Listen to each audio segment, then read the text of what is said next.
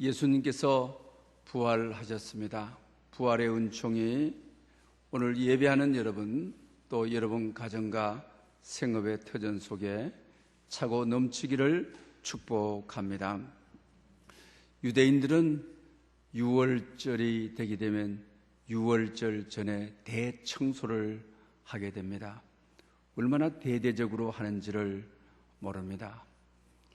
사업을 하고 영업을 하는 분들은 영업을 정지하고 6월절을 맞이할 준비를 하게 됩니다.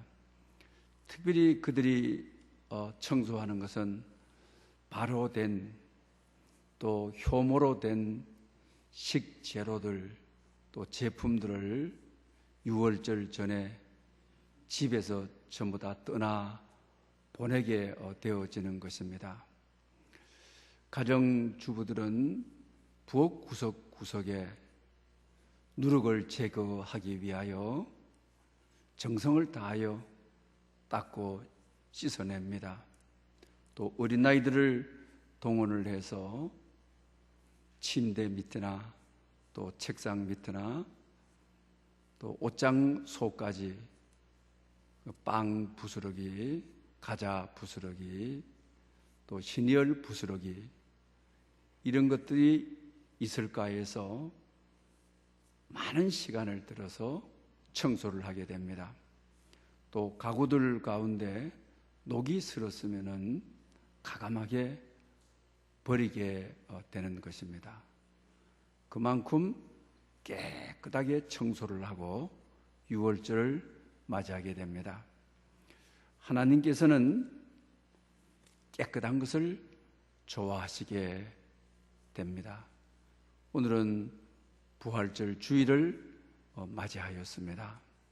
깨끗한 심령으로, 깨끗한 마음으로 부활절 주일을 맞이할 수 있어야만 되겠습니다. 우리가 우리 자신을 깨끗하게 할 수가 없습니다. 놀라운 하나님의 복음이 있습니다. 예수 그리스도께서 우리의 마음을 깨끗하게 하시는 분입니다. 그래서 요한일서 1장 9절에도 만일 우리가 우리의 죄를 자복하면 그는 미쁘시고 의로우사 우리 죄를 사하시며 모든 불의에서 우리를 깨끗하게 하실 것이요. 할렐루야. 예수님께서 우리를 깨끗하게 해 주십니다. 다만 십자가에 죽으시고 부활하신 그분을 믿고 죄를 고백하기만 하게 되게 되면 깨끗하게 해 주시는 복음이 우리에게 임하게 되는 것입니다. 부활절 이 예배 속에 하나님의 깨끗하게 하시는 보혈의 피를 여러분에게 덮어주시는 은총이 있으시기를 바랍니다. 오늘은 본문을 중심으로 부활의 증인들이 할 일이라, 이런 제목으로 말씀을 드리려고 합니다.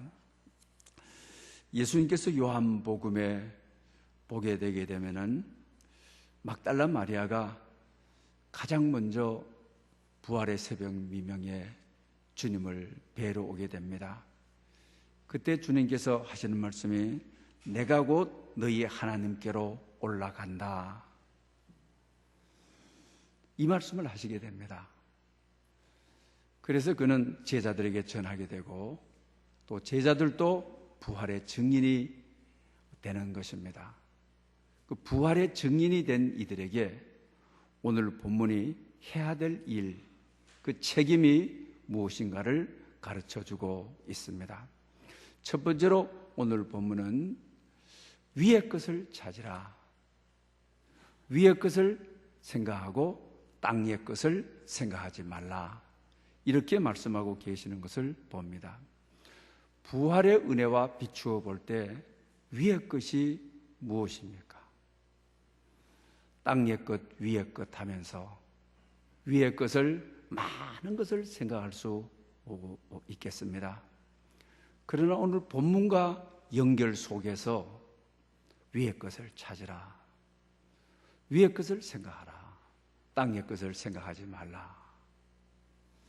위의 것이 과연 뭐겠습니까? 특별히 예수님의 십자가는 대속의 십자가인 것이죠. 우리의 죄를 없애하시기 위해서 십자가를 지신 것이죠. 우리가 받아야 될 형벌을 십자가라고 하는 형벌로 대신하신 사건인 것이죠. 결과적으로 다 이루었다. 너의 죄값을 다 치루었다. 네가 받아야 될 형벌을 내가 다 받았다. 내가 다 대속을 했다. 내가 다 담당을 했다. 그리고 나서 부활하신 주님께서 위의 것, 과연 그것이 무엇이겠습니까? 누가복음 24장에 보면 예수님께 부활하셔서 제자들 만난 다음에 가장 먼저 하신 말씀이 너희에게 평강이 있을지어다. 부활하신 주님께서 대속이라고 하는 차원에 있어서 제자들을 만나셔서 너희에게 평강, 이것이 바로 위의 것의 첫 번째로 중요한 것이라고 할 수가 있는 것입니다. 주님의 십자가에 죽음이 없고 부활이 없었더라고 한다면 우리는 죄로 말미암아 하나님과 원수로 살아야 될 텐데, 예수님께서 십자가에 죽으심으로 하나님과 우리를 화목케 하시는 은혜를 베풀어 주신 것이죠. 이 평안은 하나님의 은총인 것입니다. 하나님의 선물인 것입니다. 대속을 통하여 부활하신 주님께서 우리에게 내리시는 가장 큰 첫 번째 선물이라고 할 수가 있습니다. 이 평안은 히브리 말로 샬롬이죠. 헬라어로는 에이레레지요. 영어로는 피스라고 하는 것이죠. 우리말 성경에는 평화, 편안, 화목 등등 여러 가지로 번역되어 있는 것을 보게 되는 것입니다. 그런 차원에서 부활을 믿고 하나님의 자녀된 우리에게 가장 귀한 선물은 우리의 죄를 대속하시고 부활하신 주님께서 오늘 여러분 한 분 한 분 인격적으로 너에게 평강이 있을지어다, 평강을 내려주시는, 하늘의 평강을 내려주시는 그런 은총이 있으시기를 바랍니다. 그리고 오늘 본문과의 연결 속에서 이 평안은 무엇일까라고 하는 것입니다.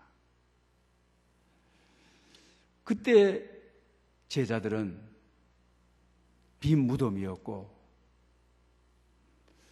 그러니 대단히 빈 무덤을 보고 의심을 하게 되는 것이죠. 그래서 빈 무덤에 찾아갔을 때 갈릴리에서 하신 말씀을 기억하라. 이 말씀은 무슨 말인 것입니까? 살아계실 때에 내가 죽었다가 사흘 만에 부활한다고 여러 번 갈릴리 사역에서 이야기를 했다. 기억을 해라. 빈 무덤을 보고 얼마나 당황스러웠겠습니까? 또 얼마나 의심스러웠겠습니까? 또 새벽 미명에 무덤을 찾았던 그들은 두렵고 떨고 있지 않습니까? 그리고 또 그들에게는 마음에 깊은 갈등이 있었습니다. 정말 주님이 이스라엘의 왕인 줄 알고 믿고 의지하고 따랐습니다. 그런데 믿고 의지하고 따랐던 분이 죽으셨단 말입니다. 없어지셨단 말입니다. 그의 시신을 보러 갔다가 빈 무덤인 것을 알고 더 절망을 느끼게 되는 것입니다. 여러분 가운데도 믿고 의지하고 따랐던 분이 여러분 곁에 없어 보십시오. 얼마나 힘든지 모릅니다.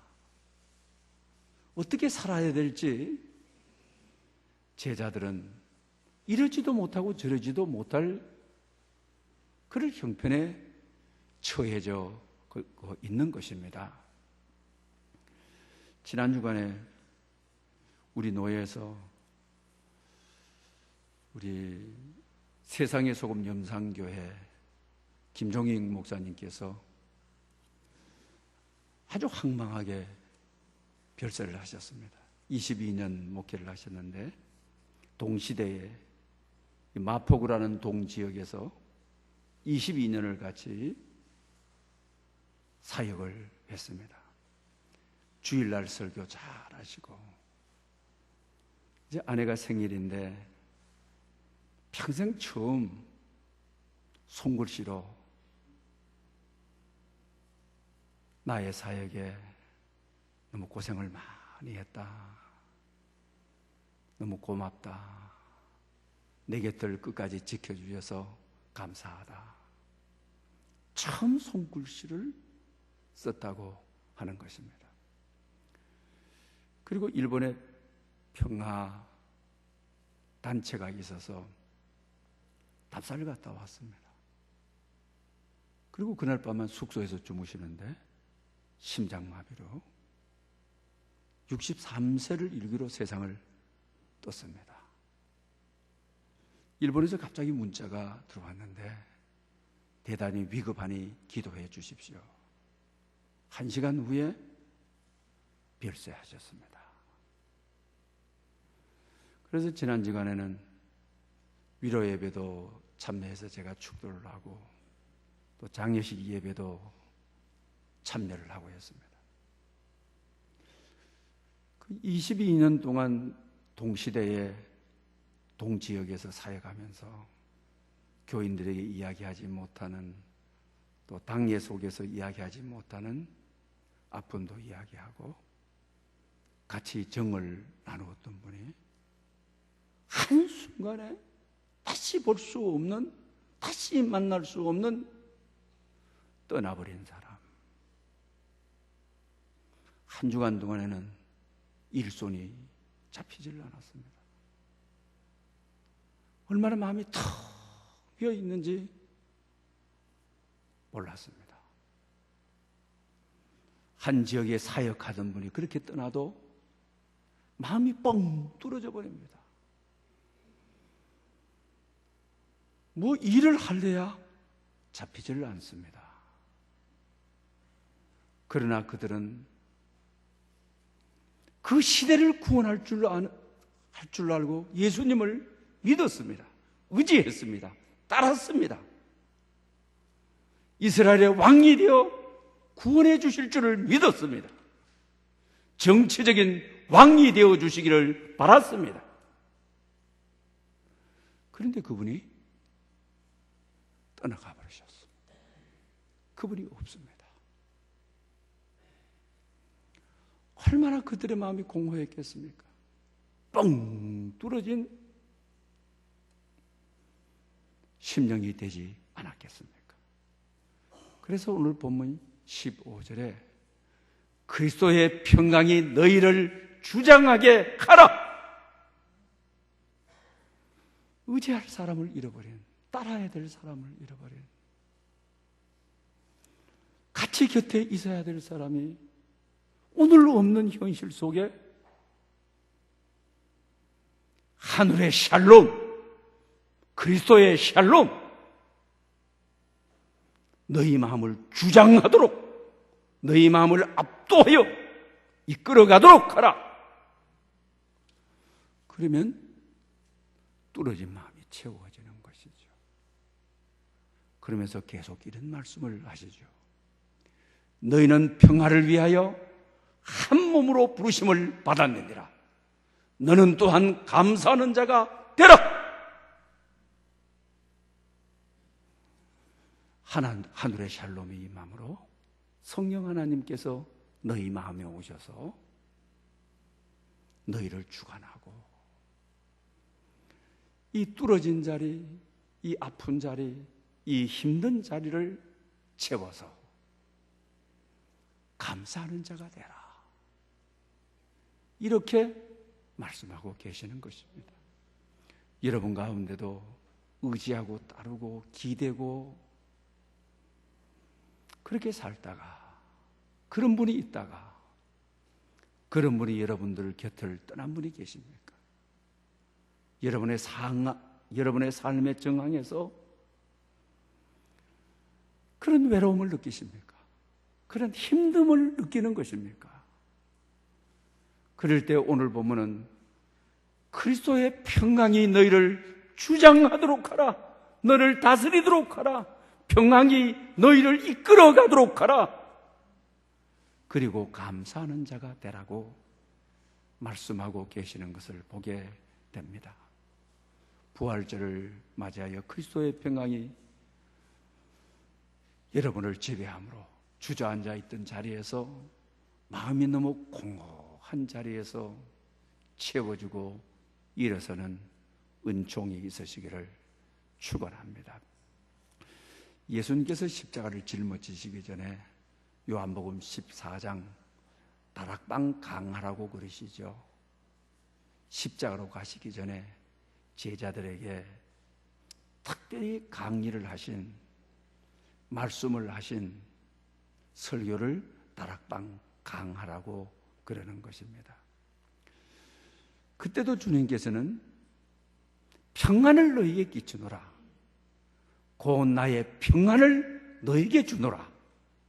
내가 주는 것은 세상이 주는 것과 같지 아니하니 너희는 마음에 근심하지 말며 두려워하지 말라. 할렐루야. 이때 평안, 샬롬이라고 하는 것은 완전하다라고 하는 의미를 가지고 있는 것이죠. 우리가 세상에서 평화, 복이라고 하는 것은 한쪽이 좋으면 한쪽이 기울여지는, 복이라고 받았는데 한쪽은 기쁜데 다른 한쪽은 무너지는 경우가 많이 있죠. 그러나 이 샬롬은 온전하다, 완전하다라고 하는 의미를 가지고 있죠. 우리 육체적으로도 질병이 들지만 영혼이 건강한 사람들 많죠. 또 정신이 건강한 사람들이 많죠. 육체는 건강하지만 정신이 죽고 병든 이들이 참으로 많이 있죠. 이 세 가지를 다 조화를 이룬다고 하는 것은 쉽지 않죠. 그러나 주님께서 내가 너에게 샬롬을 주노라, 샬롬을 끼치노라, 세상이 주는 것과는 불균형을 이루는, 한쪽이 기울어지고 무너지는 그런 샬롬, 그런 회복이 아닌 영혼이 잘 되고 정신이 건강하고 육체가 건강한 완전한 온전한 평화를 너에게 주노라. 이것이 주님이 주는 평안이죠. 그러니 근심하지 말고 두려워하지 말라고 하는 것입니다. 부활절 아침에 너희의 평안을 끼치노라. 이 샬롬, 전 인격에 임하는 샬롬, 전 인격을 치유하고 회복하고 죽은 것들이 다시 살아나고 무너진 것들을 다시 회복하는 이런 위로부터 임하는 평화가 여러분에게 있으시기를 축원합니다. 그리고 누가복음 10장에 보게 되면 70인들이 예수님께서 모집하시고 둘씩 전도를 보내게 되는 것입니다. 그러면서 이 70인들에게 부탁을 해요. 어느 집에 들어가든지 이 집에 평안을 빌라, 이 말씀을 하시게 돼요. 전도하기 위해서 그 당시 이동 전도를 하는 분들이 이 집 들어가고 저 집 들어가는데 너희 발이 머무는 그곳에 이 집이 평안할지어다 이렇게 인사해라. 그러면 그 집에 평안이 머물 것이다. 그러나 그 집이 복음을 받아들이지 않으면은 평안은 너에게 돌아올 것이다. 평안의 신비를 가르쳐 주는 것이죠. Return to you. 어느 집에 가든지 네 발이 머무는 곳, 이 집에 평안을 빌어라.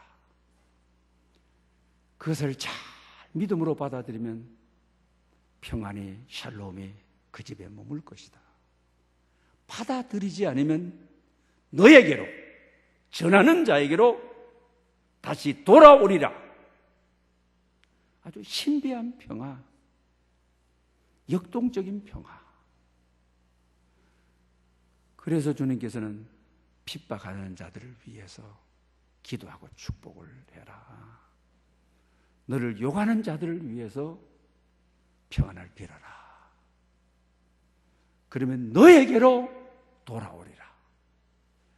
특히 부활절을 맞이한 여러분들, 평안의 인사를 나누고 지역사회에 우리가 평안을 전하고 또 부활절이 되게 되면 우리가 이웃들에게 떡을 나누고 교회가 마음을 나누고 평화의 인사를 나누는 이유가 너희에게로 돌아오리라.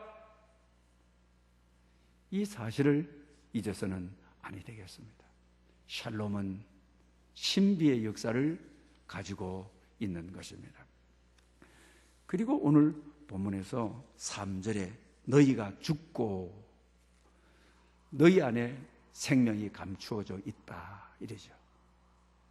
그리고 본문 1절에 가서는 너희가 그리스도와 함께 다시 살리심을 받았으면, 이 말을 합치게 되면 나는 죽고 예수님으로 산다.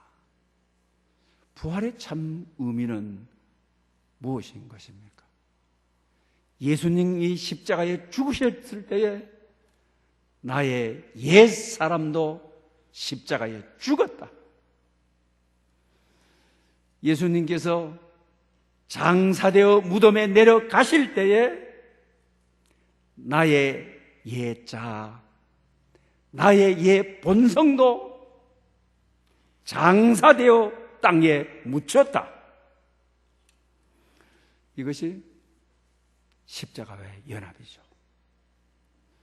십자가에 돌아가신 것이 예수님 혼자만의 사건이 아니고 나의 사건이다. 여러분 개개인의 사건이다. 그분이 십자가에 죽으실 때에 내 죄가 죽었다. 십자가에 못 박힐 때에 내가 받아야 될 형벌이 예수님께서 십자가에 치르셨다.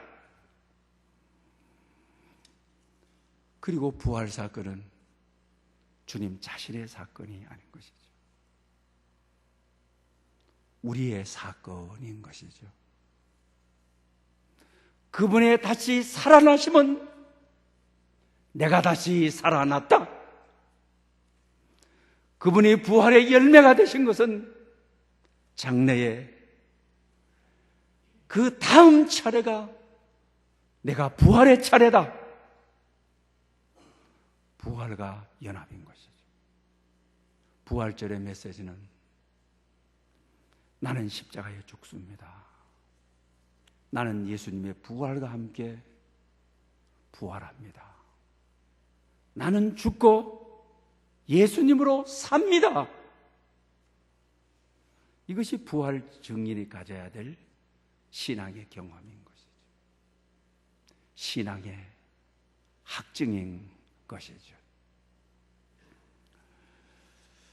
여러분, 저는 요사이 이런 경험들을 했습니다. 작은 문제 앞에서는 내가 죽었습니다. 이렇게 자신이 있다고 생각을 했습니다. 그렇게 믿고 살았습니다. 그러나 근래에 와서 내가 감당하지 못할 산더미 같은, 나로서는 도저히 생각할 수 없는 큰 단위로 변했을 때 내가 죽었다. 자신이 없었습니다. 참 믿음이 없었습니다. 밤에 자다가도 헛소리하고, 식사를 하면서도 깊은 한숨을 쉬고, 밤에 다 자고 있는데 목도 왔다 갔다 하면서 깊은 숨을 쉬니 애들이 너무 힘들어서 집에 못 살겠다. 잠을 도저히 잘 수가 없다. 그런데 어느 날 우리 사람이 아침 식사 차려놓고 밥 먹으라고 하더라고요. 그 제가 밥이 목구멍으로 들어가느냐? 물이 목구멍으로 들어가느냐? 오히려 내가 근심하고 걱정하고 있는 것이, 나는 의고 밥 먹으라고 하는 당신은 그렇게 걱정도 안 되느냐? 근심도 그렇게 안 되느냐?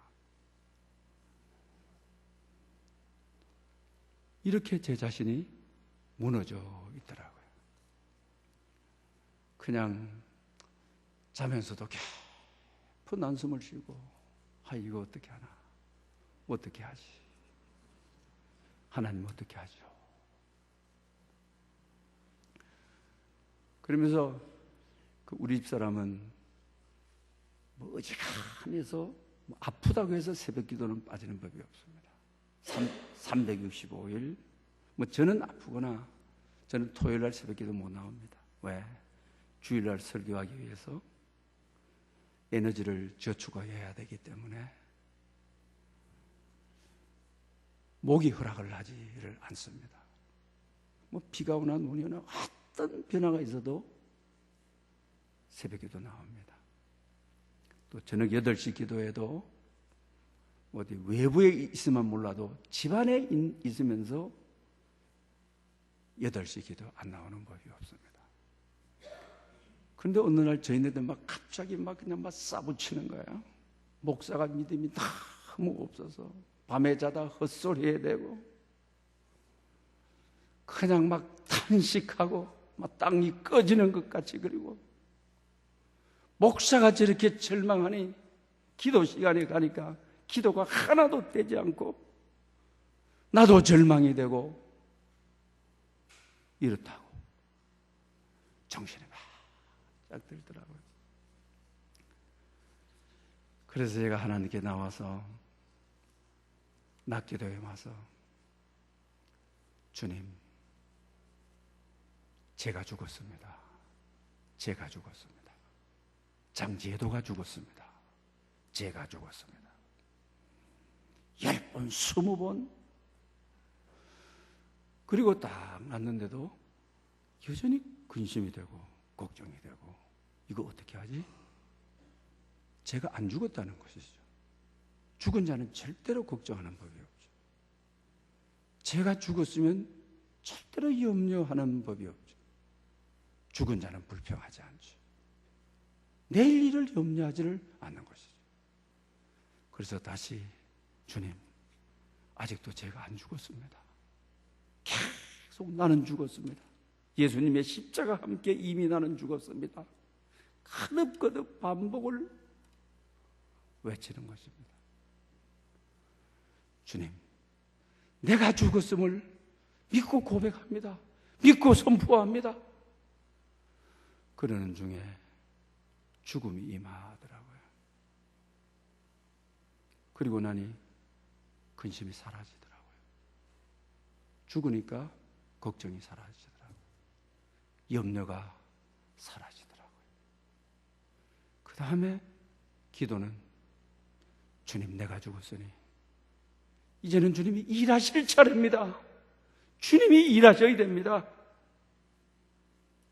나는 죽고 예수님으로 사는, 죽은 자리에 부활의 생명이 임하는 주님이 임하셔서 이제 일하십시오. 역사하십시오. 환경을 움직여 주십시오. 하늘과 땅의 건설을 움직여 주십시오.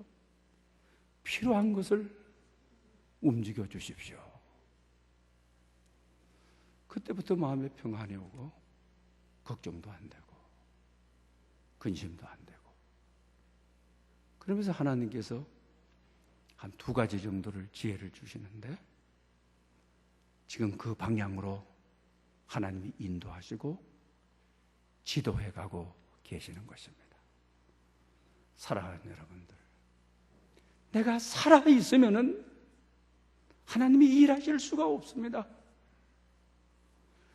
내가 죽어야, 나는 죽고 예수로 살아야 그 죽은 자리에 부활의 생명이신 예수님이 오셔서 나를 대신하여 일하셔야 역사가 드러나는 것입니다.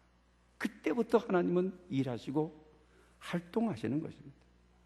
그래서 갈라디아서 2장 20절은 나는 죽고 예수님으로 사는 복음, 나는 죽고 예수님으로 사는 삶을 우리에게 잘 소개하고 있습니다. 내가 그리스도와 함께 십자가에 못 박혔나니 그런즉 이제 내가 산 것이 아니요 내 안에 그리스도께서 사신 것이라. 할렐루야. 그러면서도 이 껍데기, 육체 가운데, 껍데기는 이 육체 가운데, 이제 내가 육체 가운데 사는 것은 나를 사랑하사 나를 위하여 자기를 버리신 하나님의 아들을 믿는 믿음으로 사는 것이니라. 할렐루야. 아주 분명하게 내가 그리스도와 함께 십자가에 못 박혔다. 내가 산 것이 아니고 나는 죽었다. 오직 내 안에 그리스도께서 사신 부활의 생명이 오셔서 일하시는, 그래도 내가 육체라고 하는 이 껍데기 속에 살아간다. 살아가는 것은 내 안에 계신 하나님의 아들을 믿는 믿음으로 산다. 내가 죽고 예수님으로 일하는, 오늘 본문은 부활의 증인은 내가 죽고 복음으로 예수님으로 일할 때, 예수님의 생명이 역사할 때에 하나님께서 어떻게 일하시는가를 가르쳐주고 있는 것입니다. 그러므로 우리는 때로 자신을 향하여 사망 선고를 해야만 합니다. 바울 사도는 로마서를 통하여, 갈라디아서를 통하여, 옥중서신을 통하여 세상 살아가는 원리, 진리가 내가 죽었을 때 부활의 역사가 일어난다고 하는 것을 가르쳐 줍니다. 교회를 섬긴다고 하는 것은 목사로서 정말 많은 스트레스를 받습니다. 교회를 함께 섬기다가 갑자기 세상을 뜬 분들, 또 젊은이들의 죽음, 이것은 목사에게 오랜 동안 영혼으로 남아서 깊은 스트레스로 가지게 되어지는 것입니다. 여러분 보시다시피 교회는 끊임없이 문제가 발생하는 것입니다. 우리 교회 건축하고 나서 지금까지 교회는 문제가 있는 것입니다. 또 목회자들 하나님께서 발 뻗치고 편안히 자도록 하시는 법이 없습니다. 시험을 줘야 깨어있고 기도하지, 그냥 배부르고 등 따시게 하지를 않으시는 것입니다. 그래서 사역을 하다 보면 너무 힘들어서 도망가고 싶은, 정말 골치 아픈 일들도 많이 생깁니다. 그럴 때마다 나는 죽습니다. 죽어야 주님의 생명이 임하여 주님이 일하시기 때문인 것입니다. 사랑하는 여러분, 오늘 이 부활의 생명이 여러분에게 가득하기 위해서는 내가 죽으면 가정이 사는 것입니다. 내가 죽으면 공동체가 사는 것입니다. 죽는 것만이 부활의 영광으로 가득히 채워지게 되는 것입니다. 그러면서 이번 사건을 겪으면서 깊게 깨달은 것이 예수님보다 사역을 중요하게 여겼구나. 이 문제를 빨리 해결하는 것에 중점을 뒀구나. 사역이 중요한 것이 아니라 예수님이 더 중요한, 예수님이 더 중심이 돼야 된다고 하는 깨달음을 주고 하나님 앞에 회개하도록 하셨습니다. 오늘 본문을 통하여 위의 것, 특별히 하나님의 샬롬이 여러분의 삶의 전 영역 속에 임하고 나는 죽고 예수님으로 삶으로 여러분의 가는 인생길에 부활의 영광이 주님과 함께 나타날 때 그런 역사가 있으시기를 축원합니다. 기도드리겠습니다. 부활의 주님, 우리는 어둡고 혼란한 시대 가운데서 주님이 다시 사신 부활주의를 맞이하였습니다. 부활의 믿음이 점차 쇠약해져 가고 있는 이 시대에 우리는 부활의 역사적 사실을 증언하는 증인들이 되어 세상의 변화를 이끌어가게 하옵소서. 은총의 주님, 위의 것을 생각함으로써 모든 것이 회복되는 온전한 평화를 내려 주시옵소서.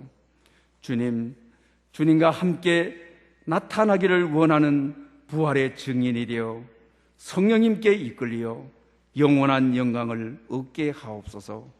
예수님의 이름으로 기도드립니다. 아멘.